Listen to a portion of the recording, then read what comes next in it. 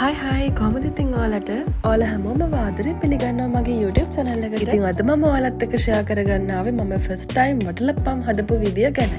ඇත්තම කිව්වොත් මල්ලි තමයි මේක හදන්න පටන් ගත්තේ. ඔයාලට පේනවා ඇති මල්ලි තමයි ඇත්තටම මට පොල් බින්දලා දුන්නේ. ඉතින් කොහොමින් හරි අපි දෙන්න සහයෝගයෙන් වටලප්පම් හදන්නයි දැන් ඊළඟට මම පොල් ගෙඩියක විතර පොල් ගාගත්තා.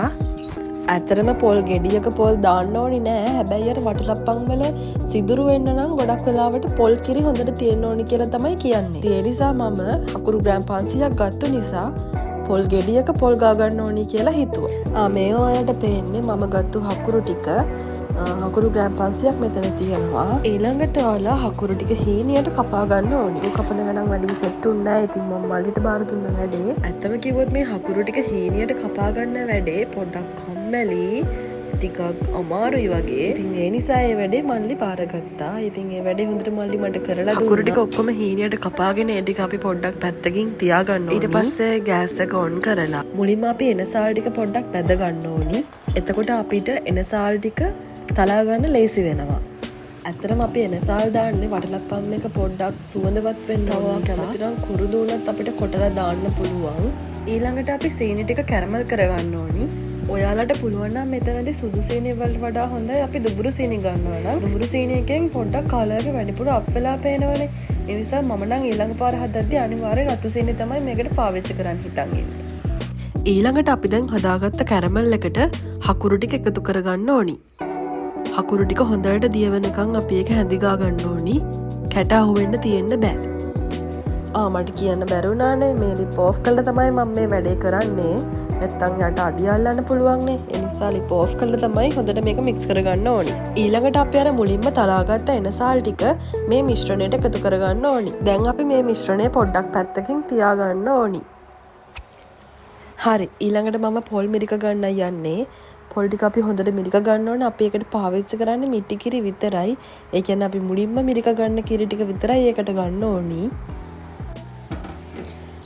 ඊළඟට අපි මිරික ගත්ත පොල් කිරි ටික වෙන භාජනයකට දාගන්න ඕනේ. ඉතින් පෙරා ගන්න එපා අපි ඒකට.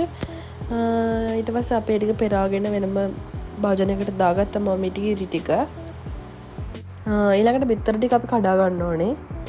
බිත්තර කඩාගද්දී වෙන වෙනම කඩා ගන්න ඒ ටික. නැත්තම් එක බිත්තරක් හරි නරක් වෙලා තිබ්බොත් අපිට බිත්තර අපි දාපු ඔක්කොම මිශ්‍රණයම සවුත් වෙනවනේ. ඒ නිසා අපි එක බිත්තරේ ගානේ කඩාගෙන දාගන්න නම් හොඳයි. මම ඇත්තටම බිත්තර 10ක් මේකට පාවිච්චි කරා. මොකද මම හකුරු ග්‍රෑම් 500යි බිත්තර 10යි පොල් ගෙඩියක පොල් ගත්තා. ඊට පස්සේ එනසාල් දැම්මා. ඇත්තම කිව්වොත් මම එච්චරයි පාවිච්චි කරේ. මාරම රහට ආවා මට කියන්න තේරෙන්නේ නැහැ ඒක. ඇත්තටම මම ෆස්ට් ටයිම් තමයි හැදුවේ. මම හිතුවේ නෑ මෙච්චර රහට මේක එයි කියලා. ඉතින් මං හිතනවා ඔයාලත් මේක try කරලා බලයි කියලා. ඇත්තටම ඉතින් මහ ලොකු වියදමක් යන්නෙත් නෑ. මහ ලොකු වෙලාවක් යන්නෙත් නෑ. අපිට තනියම හදාගන්න පුළුවන්. බොරුවට ඉතින් කඩෙන් ගන්න ඕනේ නෑනේ. හරි ඊළඟට අපි බිත්තර ටික හොඟට මික්ස් කරගන්න ඕනි. විනාඩි 15ක් විතර අපි බිත්තර ටික හොඳට මික්ස් කරගන්න ඕනි. බිත්තර ටික මික්ස් කරගද්දී මම දැකලා තියෙනවා ගොඩාක් කට්ටිය කියනවා අපි අතින් මික්ස් කරගත්තොත් ගොඩාක් ප්‍රහඩයක තියෙනවලු. ගොඩාක් කට්ටිය වටලපම් හදද්දී මම දැකලා තියෙනවා අතින් මික්ස් කරගන්නවා. නැත්තම් ඉතින් ඔයාලට මේ බීට් එකක් හරි ගන්න පුළුවන්. නැත්තම් ඉතින් හැන්ද පාවිච්චි කරලා බීට් කරගන්නත් පුළුවන්. ඒක ඉතින් ඔයාගේ කැමැත්ත. හකුරු මිශ්‍රණය හොඳින් නිවුණාට පස්සේ අපි පොල් කිරි ටික එකතු කරගන්න ඕනි. පොල් කිරි ටික එකතු කරලා අපි ඒක හොඳට මික්ස් කරගන්න ඕනි. ඊළඟට අපි විනාඩි 15ක් බීට් කරගත්ත බිත්තර එක හකුරු මිශ්‍රණයට එකතු කරගන්න ඕනි. හකුරු මිශ්‍රණයට අපි ඒක එකතු කරගද්දී අපි ඒක හැඳි ගාන ගමන් තමයි හකුරු මිශ්‍රණය බිත්තර එකට දාගන්න ඕනි. අපි ඒක ටිකක් වෙලා දැන් හොඳට මේ මික්ස් කරගන්න ඕනි. හොඳට මික්ස් කරගෙන ඉවර වුණාම අපි ඒකට වැනිලා තියෙනවා නම් වැනිලා පොඩ්ඩක් එකතු කරගන්න පුළුවන් ඔයාලට. මම නම් වැනිලා දැම්මේ නැහැ ඇත්තටම. ඊළඟට අපි මේක වෙන භාජනයකට පෙරා ගන්න ඕනි.